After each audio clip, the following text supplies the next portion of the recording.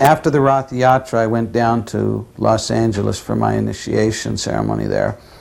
And I was always, even right up to the end, I always felt very nervous in Prabhupada's association because I always just felt he could understand my thoughts and see my heart and everything. But whatever.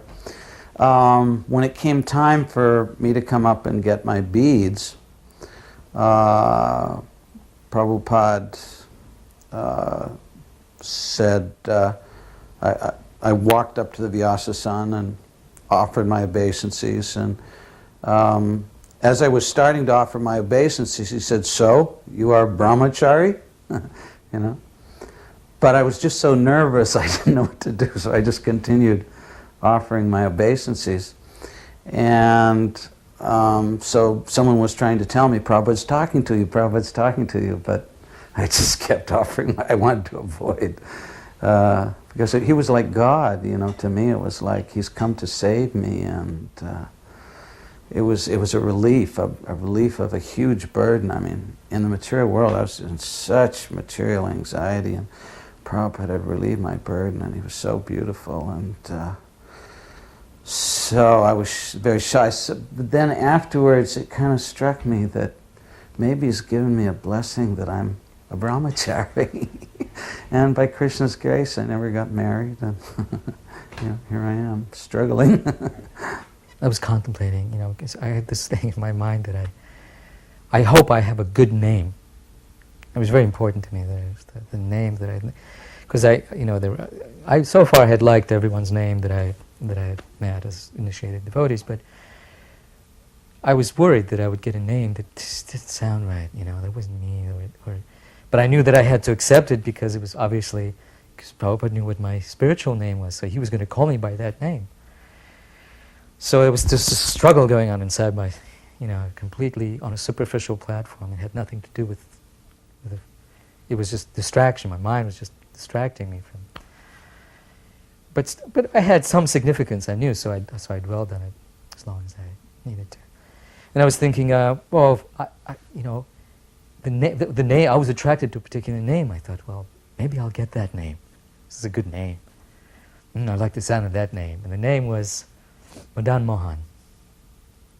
Madan Mohan. I kept saying Madan Mohan. Boy, that's a good name. I hope I can get that name. Obviously, totally whimsical. So, a few days passed, the time for initiation came. In the meantime, I had gotten some ready-made beads, which I was... No, actually, these beads I had with me, and I had actually I had been using them because I'd been in a temple for about 6 months in Montreal. So these were my beads. So I brought them with me to the yagya, to the initiation. And it was a beautiful scene, of course. I had never witnessed so much grandeur and so much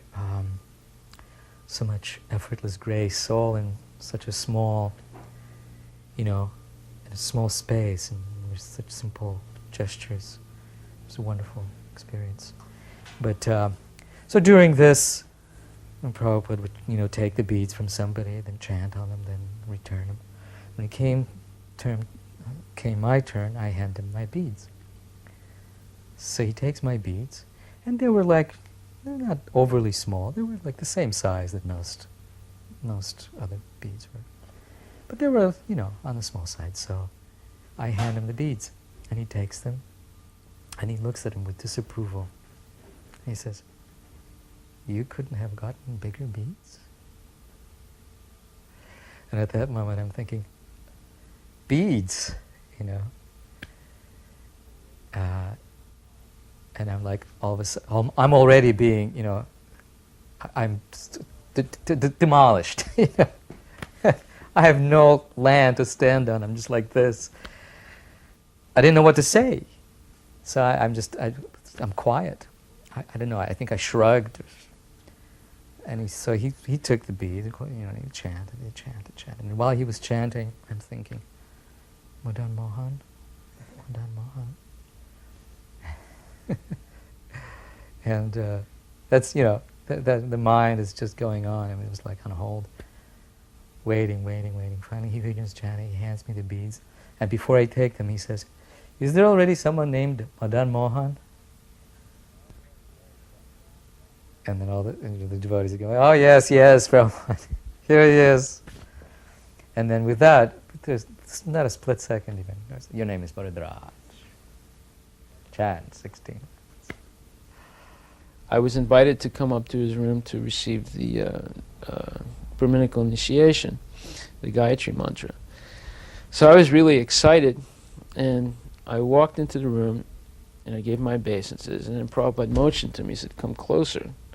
So I went close as I thought I should be, and then he said, come closer. So I sat right next to him, he made me sit right next to him.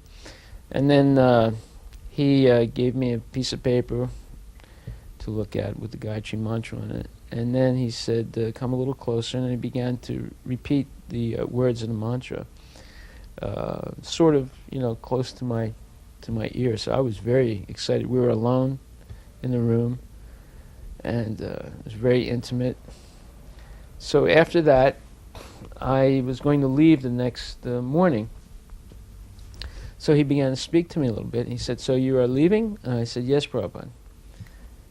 And he said, so you are going by Calais?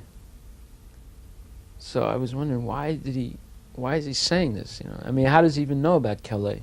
Calais is a port on the French coast, North Sea coast.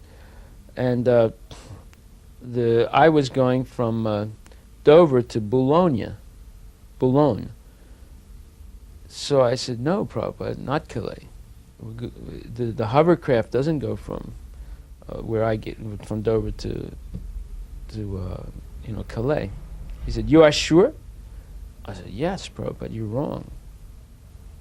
Then I realized what I was saying. I was telling Prabhupada he's wrong, And I felt inside I shouldn't say that, So he just looked at me and smiled and said, that's all right. He said, so thank you very much. And then I gave my obeisances, and Om Ajnanya Timirandasya. And then he said, thank you very much. You continue, pursuing the work in Paris. So I went. So when I got to Dover, I kept thinking in my mind, why did I say no to Prabhupada? I should just not have said anything, So when I get to Dover, there's an announcement, ladies and gentlemen, due to rough seas today, the hovercraft will not be going to Boulogne. So I heard that, I was like a little bit surprised. And I said, exceptionally, the hovercraft will be going to Calais today. So I said, oh no, I said, what a fool I am. Prabhupada asked me, are you sure? And I kept insisting, yes, I'm sure. So I remember that very vividly, We've been apprised of the rules and regulations. He didn't go through it. He just said chant 16 rounds, and Krishna consciousness means happiness, which he had said many other times over the years. Krishna consciousness means happiness, which was a very, very strong thing. Prabhupada sometimes gave very nice, short instructions. We were in Nandagram looking at the paintings and the art, and it was beautiful. And he turns to me and says, art means full belly.